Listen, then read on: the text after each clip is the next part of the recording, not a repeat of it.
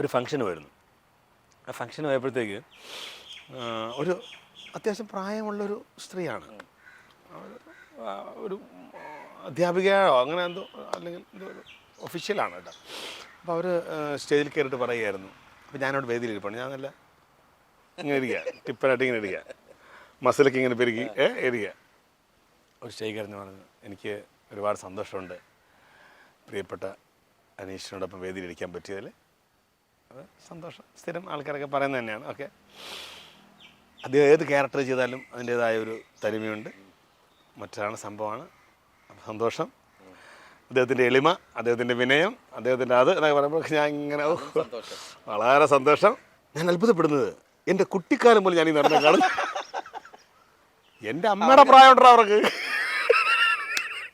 ഇടേ എൻ്റെ അമ്മയുടെ പ്രായമുണ്ട്, എന്നിട്ട് പറഞ്ഞ എന്നെ കാണുന്നെന്ന്. ഇതിപ്പോൾ സ്ഥിരം പരിപാടിയാണ്. ആരെങ്കിലും പരിചയപ്പെട്ടാവുന്നതാണ്. ഞാൻ എൻ്റെ കൊച്ചുനാളിനെ കാണുന്ന ഏട്ടനെ ഭാഗ്യം ഞാൻ പറയാതിരുന്നത്. എടേ അവൻ്റെ കൊച്ചുനാളെന്ന് പറഞ്ഞാൽ എൻ്റെയും കൊച്ചുനാളാണ്. അതവൻ പറഞ്ഞു വരുന്നത്. അതൊന്ന് ആലോചിച്ചൂടെ? കൊച്ചുനാളെ പറയുമ്പോൾ ചേട്ടൻ കൊച്ചിലല്ലേ അഭിനയിച്ചു തുടങ്ങിയത്? ഞാൻ ചെറുതിൽ അഭിനയിച്ചു തുടങ്ങിയില്ലേ? അപ്പൊ അവിടെ വെച്ച് മറുപടി എല്ലാം പറഞ്ഞു. ഇല്ലല്ല, ഞാൻ അപ്പം അതുവരെ ഞാൻ മറ്റേ ബുർജ് ഖലീഫിൻ്റെ മേലെ നിൽക്കുകയായിരുന്നു. നേരെ നയാഗര വെള്ളച്ചാട്ടം വഴിയാണ് ചോക്ക്. പക്ഷെ ഞാൻ പിടിച്ചു നിന്നു. അല്ല, പറഞ്ഞിട്ട് വന്നിരുന്നപ്പോ ഉള്ള ഒരു അല്ല, അവർ അഭിമാനത്തോടെ വന്നിരിക്കും. വീണ്ടും അവരെന്നെ പറ്റി എന്തോ നല്ലത് പറഞ്ഞ രീതിയിൽ വന്നിരിക്കുക. അപ്പൊ ഞാൻ ഇങ്ങനെ ആയിക്കോട്ടെ എന്നാലും ഉള്ളുകൊണ്ട് പറഞ്ഞു ഇങ്ങനെ പറയരുത്. എടേ എൻ്റെ അമ്മയുടെ പ്രായമുണ്ട്.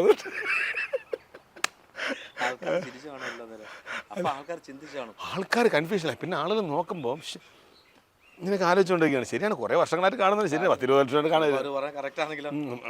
അങ്ങനെ ഒരിക്കലും വരില്ല. അല്ല അങ്ങനെ ഉണ്ടെങ്കിൽ ഞാൻ പറയുമായിരുന്നു. അങ്ങനെ പറ്റിയ അബദ്ധമുണ്ട്. ഞാൻ ഒരിക്കൽ ഒരു സ്റ്റേജിൽ കയറിയിട്ട് സമ്മാനം കൊടുക്കുകയാണ്. അപ്പോൾ ഒരു വലിയൊരു കുട്ടി, അത്യാവശ്യം +2 എഞ്ചിനീയറിംഗ് ഫസ്റ്റ് ഇയറാണ് പഠിക്കുന്ന ഒരു കുട്ടി. എന്നിട്ട് സമ്മാനം കൊടുത്തുകൊണ്ടിരിക്കുന്നു. അപ്പോൾ അങ്കിളിനെ എന്നെ മനസ്സിലായോ? അല്ല, ഞാൻ ഷീജയുടെ മോൾ അങ്കിളിൻ്റെ കൂടെ പഠിച്ച. ഞാൻ ഇങ്ങനെ വളരെ പ്രായമൊന്നും ആയാലും നിൽക്കായിരുന്നു. ഈ പെമ്പിള്ളേർ നേരത്തെ കല്യാണം കഴിക്കണം, നമ്മളെന്താണ്? അല്ല, അത് പക്ഷേ കുഴപ്പമില്ല. ആലോചിച്ച് നോക്കുമ്പോൾ എൻ്റെ ശേഷാരുടെ പ്രായമൊക്കെ ഉള്ളൂ. അത് ഷീജ മനസ്സിലായി. എന്നോട് പ്രീ ഡിഗ്രിക്ക് പഠിച്ച. ഞാൻ പ്രീ ഡിഗ്രി എന്ന് പറയില്ല, +2.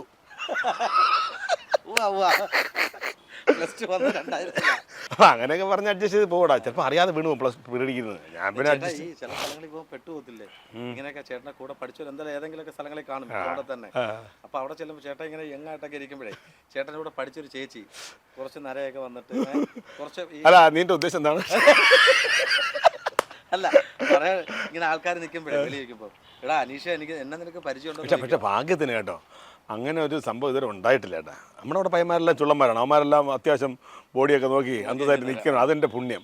പിന്നെ എൻ്റെ കൂടെ ഒരു വേർത്തനുണ്ടായിരുന്നു. അപ്പോൾ ഒരു ബിജു, അവൻ്റെ മുടിയെല്ലാം പോയി ചെറിയ നരയൊക്കെ വന്നു. ഞാൻ ഇവിടെ നീ ഞാനുമായിട്ട് യാതൊരു ബന്ധമില്ല, നിൻ്റെ ഏറ്റവും ഇളയനെയുണ്ടല്ലോ അവനും ഞാനുമാണ് കൂട്ടുകാരായിട്ട് ബന്ധമില്ല, നമ്മളെ പഠിച്ചിട്ടേ ഇല്ല.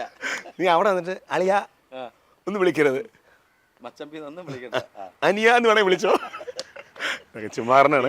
അല്ല ചേട്ടാ, ചില വേദികളിൽ പോകുമ്പോഴേ ഞാൻ പറഞ്ഞു എന്ന് വെച്ചാൽ അവരൊക്കെ നിൽക്കുന്ന സമയത്ത് അനീഷ് എന്തുകൊണ്ട് വിശ്വാസം എന്നൊക്കെ ചോദിക്കുമ്പോൾ പെട്ടെന്ന് നമ്മൾ എന്തായിരിക്കും ചേട്ടാ റിയാക്ട്?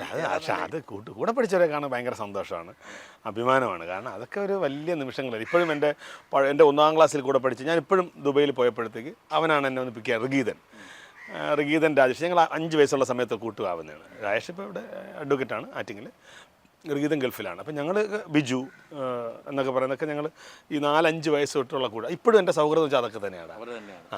ഇൻഡസ്ട്രി വന്ന് എനിക്ക് അധികം സൗഹൃദങ്ങളൊന്നുമില്ല. എല്ലാവരുമായിട്ട് നല്ല കൂട്ടാണ്, ആരുമായിട്ടും ദേഷ്യമില്ല, പണക്കമില്ല. പക്ഷേ എൻ്റെ ഏറ്റവും മനസാക്ഷി സൂക്ഷിപ്പുകാരെന്നോ അല്ലെങ്കിൽ എൻ്റെ കൂടെ ചേർന്ന് നിൽക്കുന്നവരെന്ന് പറഞ്ഞാൽ ഇവരൊക്കെ തന്നെയാണ് ഇപ്പോഴും. അവരുടെ ഇൻ്റർവ്യൂ എടുക്കണം, യഥാർത്ഥ കാര്യം അറിയാനായിട്ട് കാര്യങ്ങൾ കുറച്ച് അറിയണം. ചേട്ടാ, ഇപ്പം ചേട്ടൻ പറഞ്ഞല്ലോ ഈ വയസ്സിന്റെ കാര്യം പറഞ്ഞല്ലോ. മമ്മൂക്ക ഒരു വേദി നിന്നപ്പോൾ മമ്മൂക്കയുടെ കൂടെ പഠിച്ച കുറെ പേര് അതിനകത്തിരിപ്പുണ്ടായിരുന്നു. അപ്പോൾ മമ്മൂക്ക പറഞ്ഞതെന്ന് വെച്ചാൽ അവർക്ക് ടെൻഷൻ കൊണ്ട് മുടി നരച്ചു, എനിക്ക് ടെൻഷനില്ല, ഞാൻ അതുകൊണ്ടാണ് ഇപ്പോഴും യങ്ങായിട്ടിരിക്കുന്നത്. അവരെ നോക്കുമ്പോഴും മമ്മൂക്കയെ നോക്കുമ്പോൾ തമ്മിൽ ഒത്തിരി വ്യത്യാസങ്ങൾ, കാര്യം 70-70+ ആയിട്ടുണ്ട്. അപ്പം ആ ഒരു വ്യത്യാസം എന്ന് വെച്ചാൽ ചേട്ടനെ കാണുമെന്നല്ല പറഞ്ഞ ചേട്ടാ. അപ്പോൾ ആ സ്റ്റേജിൽ കാണുന്ന പോലെ ഫീല് ചേട്ടനെ എനിക്ക് കാണുന്നത് വെച്ചാൽ ചേട്ടൻ ഇപ്പോൾ ഒരു 45 വയസ്സ് കാണും, 45 എടാ ഇതിലൊക്കെ എന്തിരിക്കുന്നത്? ഇതാണോ ഇന്ത്യ അഭിമുഖീകരിക്കുന്ന ഏറ്റവും വലിയ പ്രശ്നം? അല്ല എനിക്കറിയാൻ തന്നെ. അല്ല ഞാൻ കറങ്ങിത്തിരിഞ്ഞ് അതിലേക്ക് വന്നതല്ല. അല്ല ഞാൻ പറഞ്ഞു കേട്ടോ, ഇപ്പോഴും ആൾക്കാരുടെ ചോദ്യം ഉണ്ട് അങ്ങനെ. ഇപ്പൊ ഈ ഇന്റർവ്യൂ ഇടുമ്പോൾ ചോദിക്കും എന്താണ് അനീഷ് ഇത്രയും രംഗായിട്ടിരിക്കുന്നതെന്ന് ചോദിക്കും. അത് എൻ്റെ കഷ്ടപ്പാടുണ്ട്, അതെൻ്റെ കഷ്ടപ്പാടിൻ്റെ ഫലമാണ്. ഞാൻ ഈ പറഞ്ഞ കണക്ക് രാവിലെ അന്തസ്സായിട്ട് വർക്കുണ്ട്. ഇപ്പം തന്നെ സമാധാനം എനിക്ക് ഇഷ്ടമായി കുറേയും പിടിച്ചിരിക്കുന്നു. അയ്യോ ചുമച്ച ഇനിയിപ്പോൾ അനീഷിന് മറ്റേ TV എന്ന് പറഞ്ഞാലേ. അയ്യോ TV ഒന്നുമില്ല. അല്ല പണ്ടൊരിക്കൽ അറിയാമല്ലോ, ഞാൻ ഇതിനകത്ത് എൻ്റെ അച്ഛനായിട്ട് അഭിനയിക്കുന്നത്. ഈ അളിയൻസിൻ്റെ പ്രത്യേകം അറിയാമല്ലോ, ഇതിനകത്ത് അച്ഛനും മകനും ഞാൻ തന്നെയാണ്.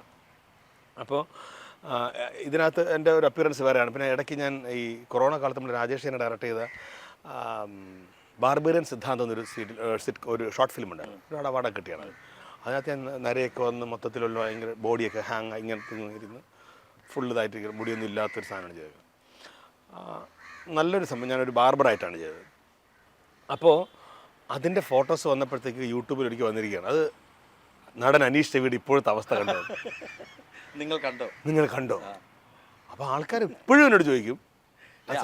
അത് സംഭവിച്ചാൽ ജൂൺ 1 ഈ ഡോക്ടേഴ്സ് ഡേക്ക് എന്നോട് ഒരു ഇൻ്റർവ്യൂവിൽ ചോദിച്ചു, മറക്കാനാകാത്ത എന്തെങ്കിലും ഈ ഡോക്ടേഴ്സുമായിട്ടുള്ള എന്തെങ്കിലും ബന്ധമുണ്ട്. അപ്പോൾ ഞാൻ പറഞ്ഞു എനിക്ക് പണ്ടൊരു ഈശ്വർ സാറിനെ പരിചയമുണ്ട്. എനിക്ക് തലവേദന വന്ന സമയത്ത് അദ്ദേഹം എന്നെ ഭയങ്കരമായിട്ട് കെയർ ചെയ്തിരുന്നു. അപ്പോൾ ഞാൻ സർജറി എന്നൊക്കെ പേടിച്ചിരുന്നു. പക്ഷെ ഒന്നുമില്ലായിരുന്നു. അദ്ദേഹം എന്നെ വളരെ ക്യൂർ ചെയ്ത് വിട്ടു എന്ന് പറഞ്ഞു.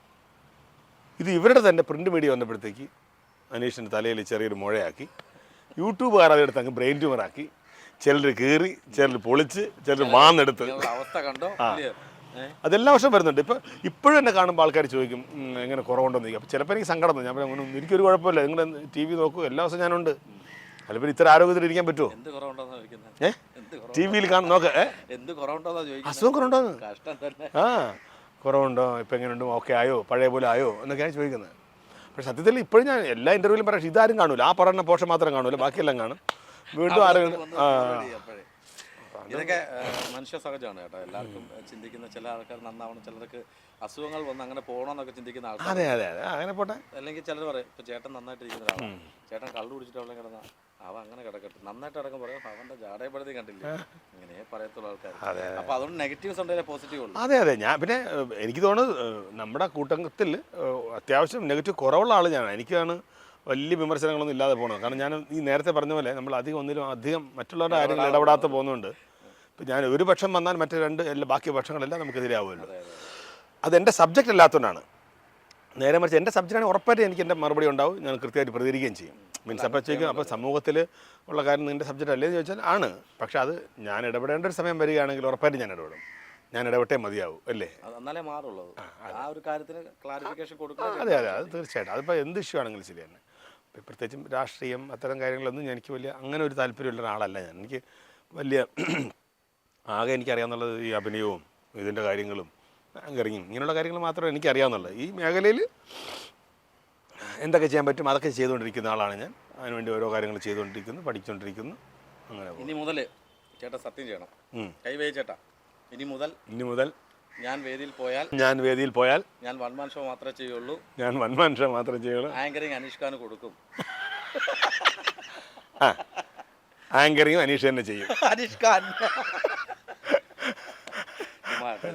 രസത്തിന് പറഞ്ഞാണെങ്കിൽ ചേട്ടൻ്റെ ഷോസൊക്കെ ഇനിയും എന്നെ വിളിക്കാമെന്ന് പറഞ്ഞിട്ടുണ്ട്. നമ്മൾ 1-2 ചെയ്തിട്ടുള്ളൂ. ആഗ്രഹങ്ങളുണ്ട് ചെയ്യാനായിട്ട്. തീർച്ചയായിട്ടും വിളിക്കുന്നുള്ള പ്രതീക്ഷയോടുകൂടി തന്നെ നമ്മുടെ പ്രേക്ഷകരോട് ചേട്ടൻ എന്താ പറയാനുള്ളത്?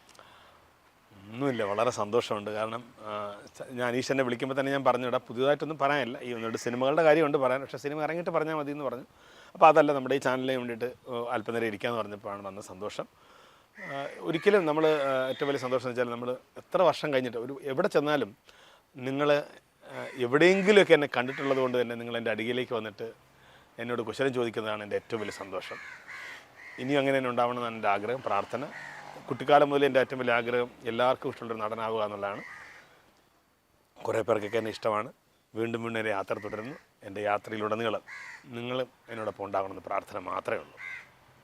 അപ്പം പ്രാർത്ഥന ഉണ്ട്, ഞങ്ങളെപ്പോൾ കൂടെ കാണും, എപ്പോഴും കൂടെ കാണും. നമ്മുടെ ചാനൽ മൂവി വേൾഡ് മിനി സ്ക്രീനും കൂടെ കാണും. മൂവി വേൾഡ് മിനി സ്ക്രീനിന് എല്ലാവിധ ആശംസകളും. അത് മാത്രമല്ല ചേട്ടാ, ഇനി അടുത്ത വർഷം വരുമ്പോഴത്തേനും കുറച്ചും കൂടെ ഒക്കെ വയസ്സ് പ്രായം കുറഞ്ഞു വരട്ടെ. ഉറപ്പായിട്ടും വരും, കുറയ്ക്കണം. എന്നിട്ട് കുറേ സിനിമകളിലേക്ക് ഉടക്കം എന്ന് പറയുന്ന ചേട്ടൻ്റെ ഒരു ആധിപത്യമായി മാറിയിരിക്കുകയാണ്. ചേട്ടൻ്റെ മാത്രം ഒരു മേഖലയായിട്ട് മാറിയിരിക്കുകയാണ്. അതിനകത്ത് വലുതായിട്ടൊന്നും ഞാൻ കാണുന്നില്ല ആരും. അങ്ങനെ തന്നെ പോട്ടെ. സിനിമയിലേക്ക് നന്നായിട്ട് വരട്ടെ. ഒരു പിന്നെ ഈ പറഞ്ഞത് award മേടിക്കണം ചേട്ടാ. അവാർഡൊക്കെ ഒരുപാട് അല്ല ഇനിയും വാങ്ങിക്കണം എന്ന് ഇനിയും മേടിക്കും അതിന് സാധനം മീൻസ് നമ്മൾ ഒരു കാര്യം സത്യത്തിൽ ഭാഗ്യതാണ് നമ്മൾ അഭിനയിച്ച സീരിയലിലോ സിറ്റ്കോം ആണെങ്കിലും എല്ലാം 1000 കഴിഞ്ഞങ്ങ് പോകുന്നുണ്ട്. അതെ അതേപോലെ 3000ങ്ങളുടെ ഒരു നിറവിലാണ് നിൽക്കുന്നത്. ആ 1000ന്റെ കൂടെ ചെറിയൊരു ബ്ലാക്ക് ലേഡിയോ അങ്ങനെ ആരെങ്കിലും കയ്യിൽ കിട്ടട്ടെ എന്ന്. ബ്ലാക്ക് ലേഡി മനസ്സിലായി. അപ്പൊ അത് കിട്ടട്ടെ എന്ന് ആത്മാർത്ഥമായിട്ട് പ്രാർത്ഥിക്കുന്നു. ഒരുപാട് സന്തോഷം. താങ്ക് യു സോ മച്ച് ചേട്ടാ. One second thank you so much. Thank you Aneesh. Thank you so much. Thank you movie world team.